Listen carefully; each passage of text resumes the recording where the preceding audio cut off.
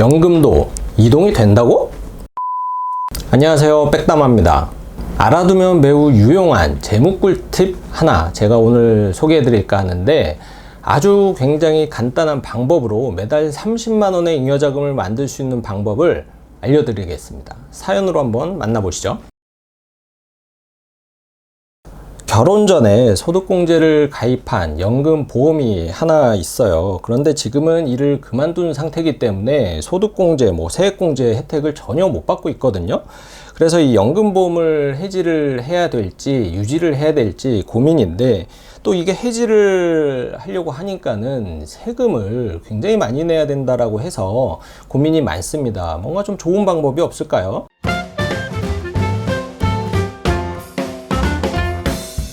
네, 이런 사례 누구나 한 번쯤은 좀 고민을 하신 분들 굉장히 많으실 텐데, 의외로 방법은 굉장히 간단합니다.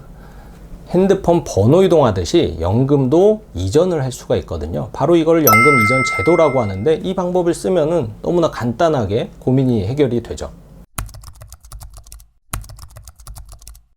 네, 사연에도 나와 있지만 이 세액공제 혹은 예전에는 소득공제였죠. 이 혜택을 받기 위해서 가입했던 연금보험, 이거를 해지하려고 하면은 사실은 기타 소득세를 무려 16.5%를 내셔야 돼요. 근데 이게 약간 좀 감이 안 오시죠? 그러니까 해지환급금이 만약에 1,000만 원일 경우에 세금이 무려 165만 원이라는 이야기입니다. 그러니까 사실은 연금보험 해지하면 그동안에 혜택 받았던 세액공제 혜택 다 토해내, 이거거든요. 하지만 연금 이전 제도를 활용을 하게 되면 이 세금에 대한 부담 없이 적립금을 옮길 수가 있습니다. 좀 더 자세히 말씀을 드리면은, 기존에 가입했던 연금저축보험을 연금저축펀드로 이관을 하는 거예요. 그러니까는 해지환급금이 그대로 연금보험에서 연금저축보험으로 옮길 수가 있는데, 이 과정에서 세금에 대한 불이익 없이 내 적립금을 100% 그대로 옮길 수가 있어서 아주 좋은 유용한 제도라고 할 수가 있겠죠. 그래서 사실 보통은 연금저축보험에서 연금저축펀드로 많이 이관을 하고는 있지만, 이게 꼭 보험에서 증권사로만 이동이 되는 것은 아니고, 증권사에서 보험으로, 또 보험사에서 은행으로, 이렇게 세 가지 금융회사에서 서로 이렇게 옮길 수는 있는데, 현실은 연금저축보험을 굉장히 많이 가입을 해놨기 때문에 보편적으로는 연금저축펀드로 많이 이관을 하고 있는 게 이제 현실이죠. 첫 번째, 매달 불입하던 적립금을 불입하지 않아도 상품이 강제 해지되지 않습니다. 연금저축보험의 단점은 보험이다 보니까는 이게 2달 이상 납입을 하지 않으면은 강제 해지가 되는, 실효가 되는 이런 이제 상황이 발생이 되는데, 연금저축펀드는 펀드 상품이기 때문에 납입이 자유로워요. 그래서 납입을 하지 않아도 당연히 상품 자체에 어떤 불이익이 생기지는 않거든요.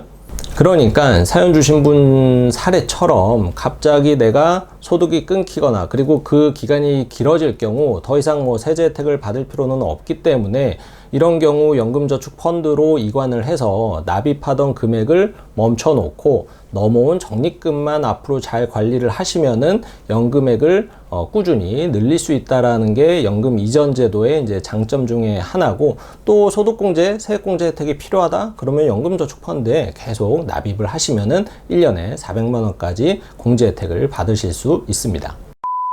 네, 두 번째는 기대 수익률을 높일 수 있다라는 건데요.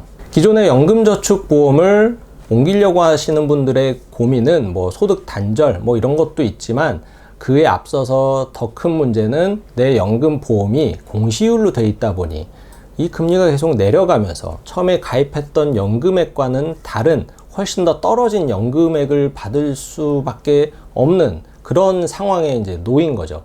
그래서 적립금을 연금 펀드로 이관을 하면서 내 적립금, 연금 적립금을 펀드, 주식형 펀드, 채권형 펀드 혹은 ETF를 활용해서 조금 더 적극적으로 굴릴 수 있다라는 이제 장점이 있는데, 물론 이 주식형 펀드로 적립금을 관리하게 되면은 늘 수익이 발생이 되는 것은 아니죠. 펀드에 대한 선택과 배분, 타이밍 이런 거를 또 잘 관리를 못 하시면은 손실을 볼 수 있다라는 점도 꼭 유념하셔야 될 부분입니다.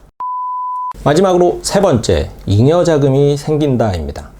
매달 불입하던 33만 원의 보험료, 사실 적지 않은 부담이 될 수밖에 없는데 연금보험에서 연금저축펀드로 이전을 하시면은 매달 불입하던 그 금액의 강제성이 사라지기 때문에 33만 원이라는 돈이 순수하게 이제 잉여자금이 될 수가 있어요. 그래서 생활비가 부족하시면 생활비로 쓰셔도 좋고, 아니면은 더 좋은 거는 단기저축으로 활용을 하셔도 좋고, 아니면은 다른 방법으로 뭔가 투자를 하셔도 좋다라는 거죠.